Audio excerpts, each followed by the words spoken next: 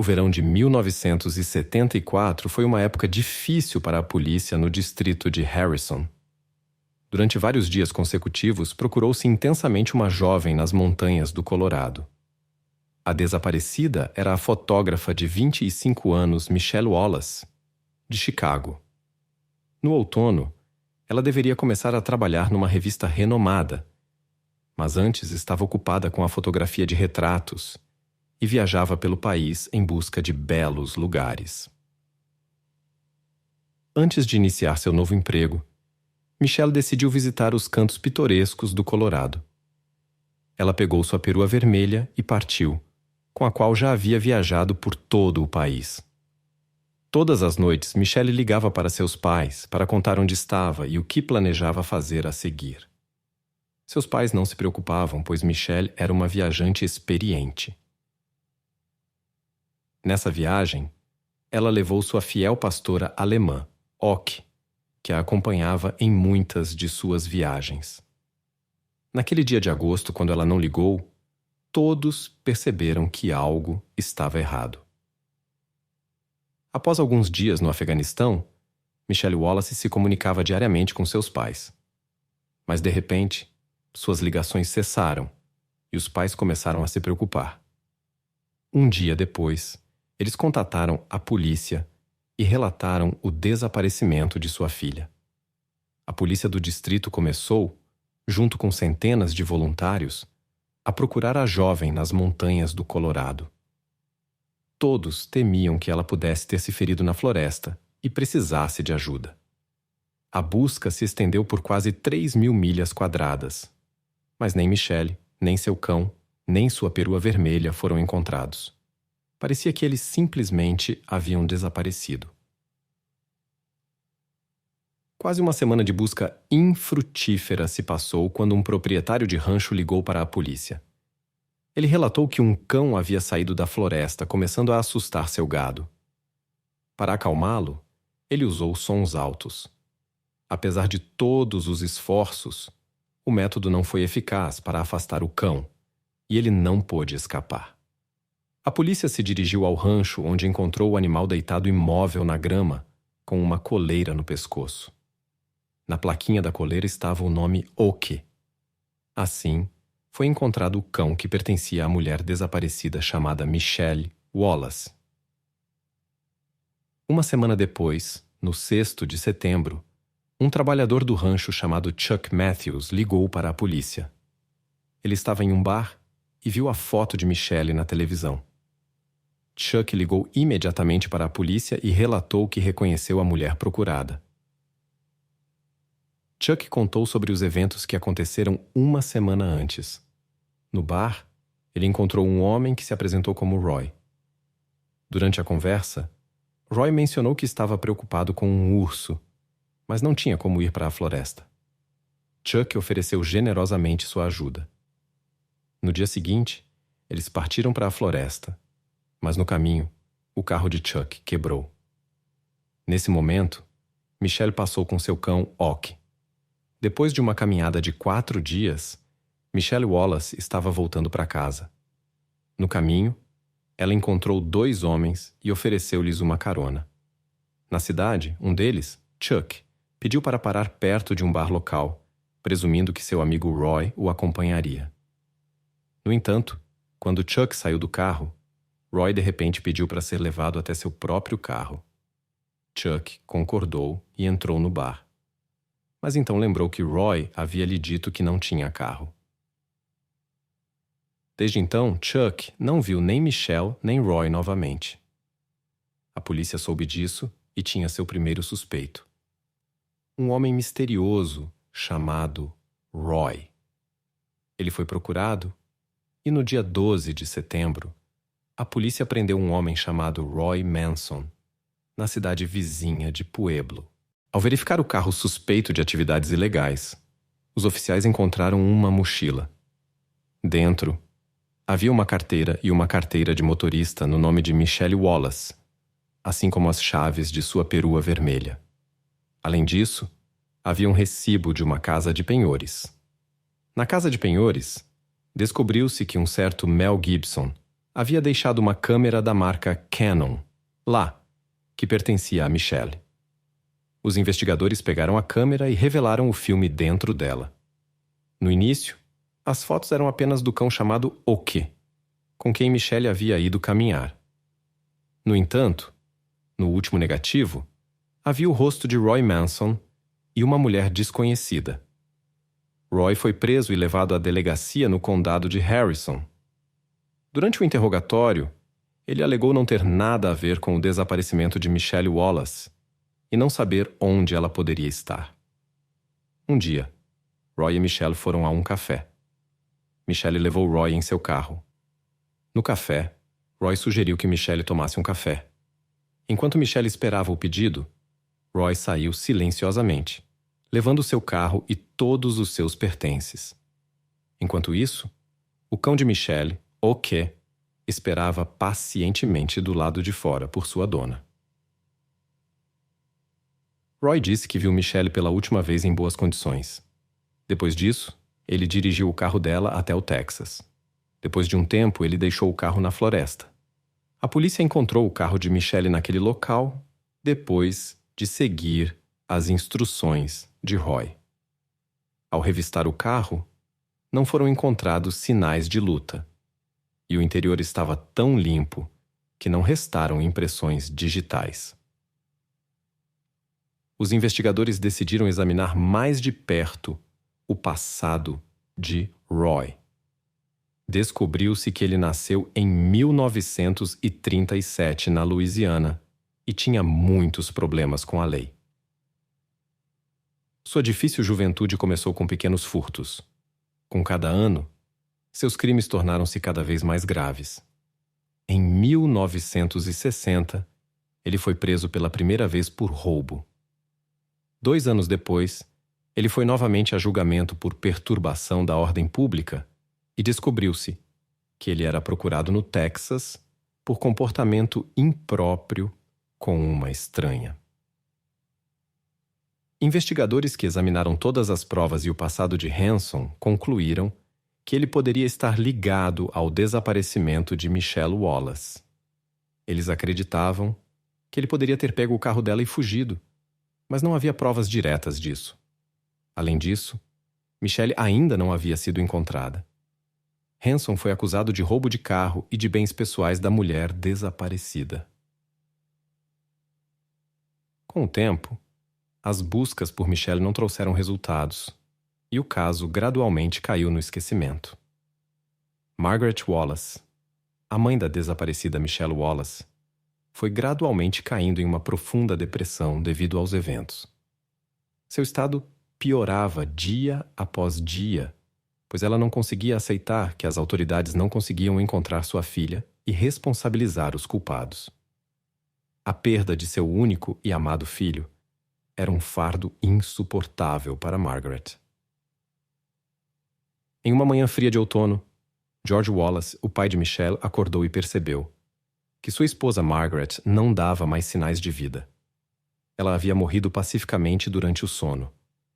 Na mesa de cabeceira havia uma nota, na qual Margaret pedia que sua filha, se algum dia fosse encontrada, fosse enterrada ao seu lado. A ideia de que algo terrível poderia ter acontecido com Michelle não deixava Margaret em paz.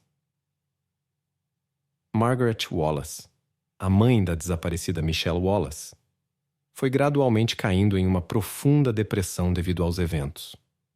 Seu estado piorava dia após dia, pois ela não conseguia aceitar que as autoridades não conseguiam encontrar sua filha e responsabilizar os culpados.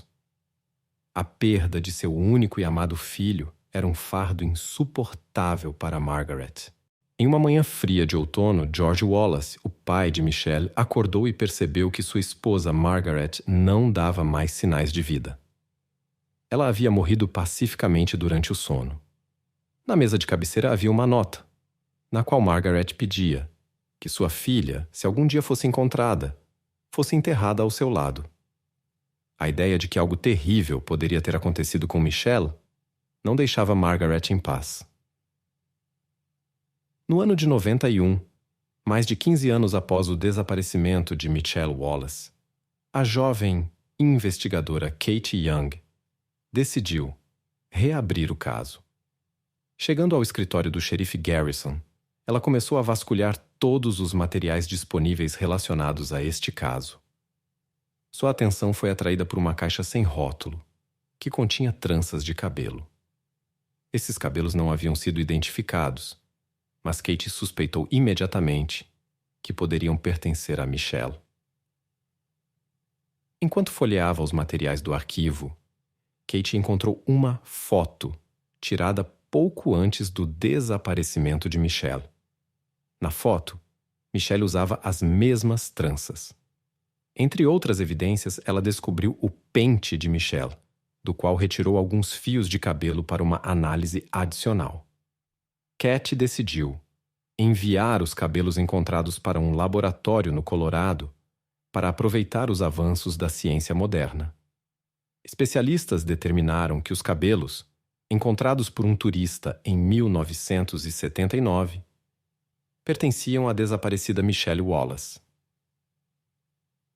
Para prosseguir com as investigações, Kathy Young decidiu interrogar novamente o principal suspeito, Roy Gibson. Ela viajou para o Texas, sabendo que Gibson estava cumprindo uma sentença de prisão perpétua lá. Mas, ao chegar na prisão, recebeu uma notícia desagradável. Por razões legais, seu caso foi revisado e em 1988 ele foi libertado. No momento, o paradeiro de Roy Gibson era desconhecido. Kathy entendeu que Roy poderia estar envolvido no desaparecimento de Michelle Wallace, e sua liberdade representava uma ameaça para mulheres em todo o país. Ela decidiu encontrar os restos mortais de Michelle e levar Gibson à justiça. A investigadora pediu a ajuda da equipe de busca da Necropol, um grupo de voluntários especializados no uso de conhecimentos botânicos, geofísicos e entomológicos para descobrir sepulturas escondidas. Esta organização também ajuda a polícia na busca de restos mortais de pessoas desaparecidas. Quando uma mecha de cabelo foi encontrada, que pertencia a Michelle Wallace, ela foi enviada para análise a um botânico forense. O especialista determinou que algumas mechas foram expostas à luz solar e permaneceram limpas, indicando que estavam na superfície e não enterradas.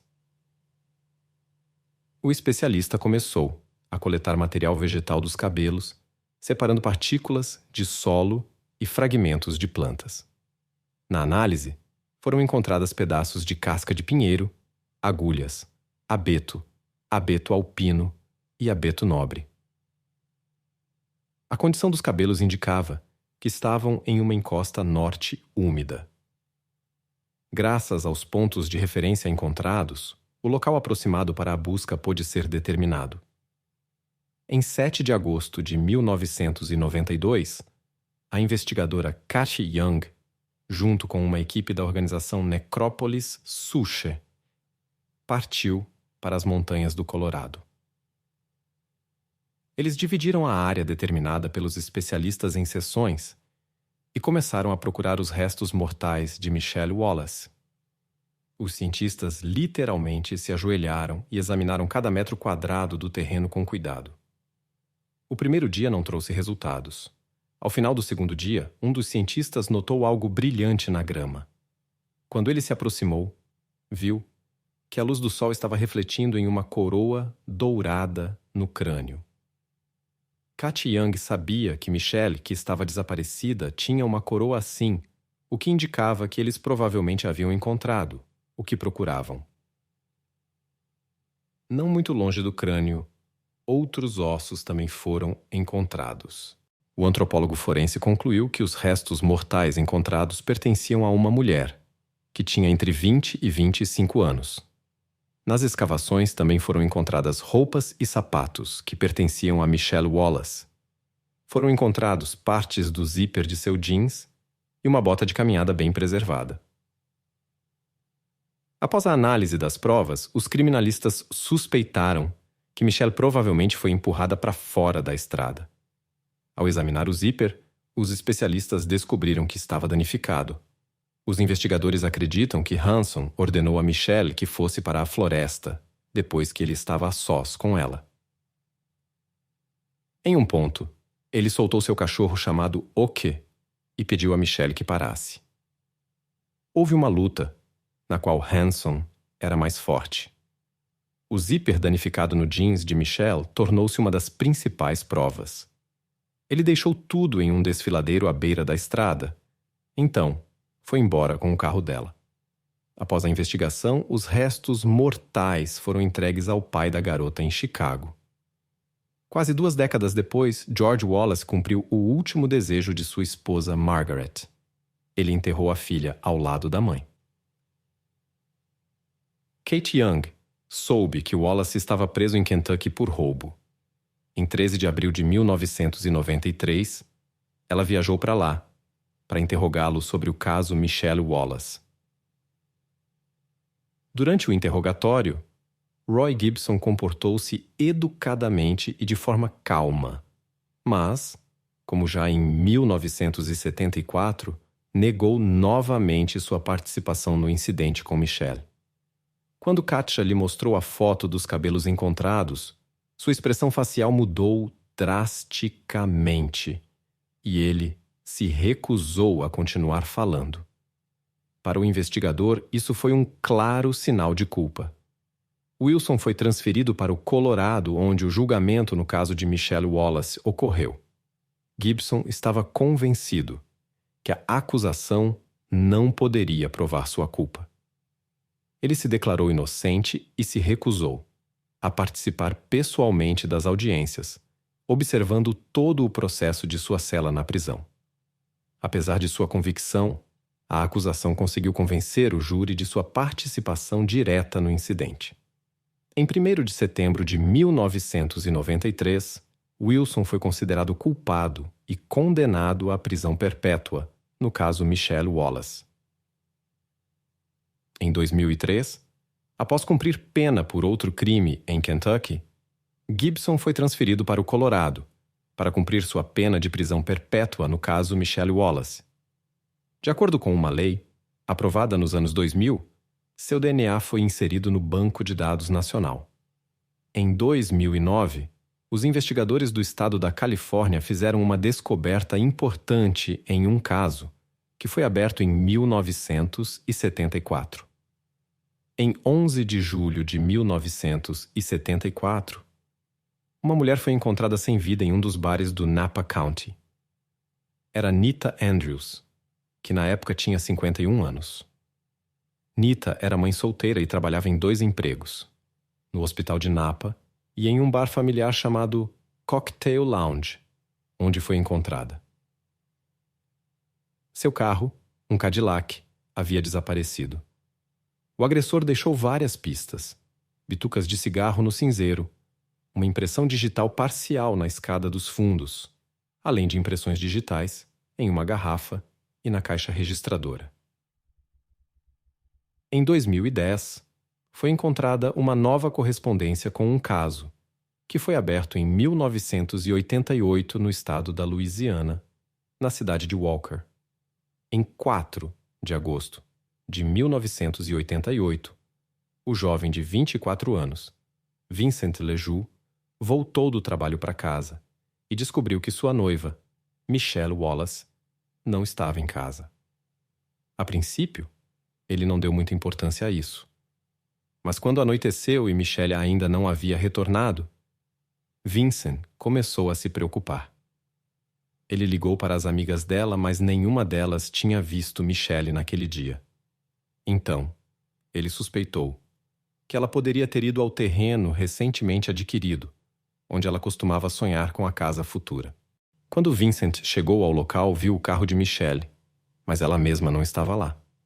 O carro estava vazio e a maçaneta da porta do motorista estava quebrada. Isso preocupou muito Vincent e ele decidiu chamar a polícia. Por volta da meia-noite, os investigadores começaram a procurar por Michelle. Após 2 horas de busca, eles a encontraram atrás de um velho galpão entre galhos, sem sinais de vida. Michelle Wallace foi encontrada em circunstâncias misteriosas.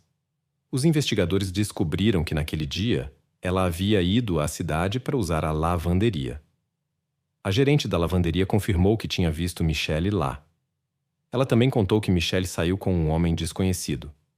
Ele ofereceu-se para ir ao terreno recentemente comprado, onde Michelle e seu noivo planejavam construir uma casa. O homem se apresentou como empreiteiro e garantiu que poderia construir a casa por um preço razoável. Ele sugeriu ir imediatamente ao terreno para fazer os cálculos necessários. A gerente da lavanderia pôde descrever a aparência do homem e seu carro. No entanto, ele não foi encontrado, pois não havia outras pistas. O caso permaneceu sem solução até 2010. Em 1988, na cidade de Port Arthur, Texas, um homem chamado Roy Manson alugou uma casa da senhora de 51 anos, Pauline Clumb. Um dia, Pauline pediu-lhe ajuda para consertar o ar-condicionado e pegar uma televisão dos vizinhos. A última vez que foram vistos juntos, depois disso, Pauline desapareceu sem deixar rastros. Anos depois, as amostras de DNA encontradas na cena do crime coincidiram com o DNA de Roy Manson. Roy Manson também estava envolvido no desaparecimento de Michelle Wallace, uma mulher de quem ele também havia alugado uma acomodação no mesmo ano. Em 2011, ocorreu o julgamento dos casos de Anita Andrews e Charlotte Salve, no qual Manson recebeu 2 sentenças de prisão perpétua. O destino de Pauline Clumb, no entanto, permaneceu desconhecido, pois ela nunca foi encontrada. Em 2012, aos 83 anos, Roy Manson morreu em uma penitenciária no Colorado. Durante toda a sua vida, ele nunca mostrou arrependimento ou compaixão pelas pessoas cujas vidas destruiu. Além disso, ele não se importava com os destinos daqueles a quem tirou a felicidade.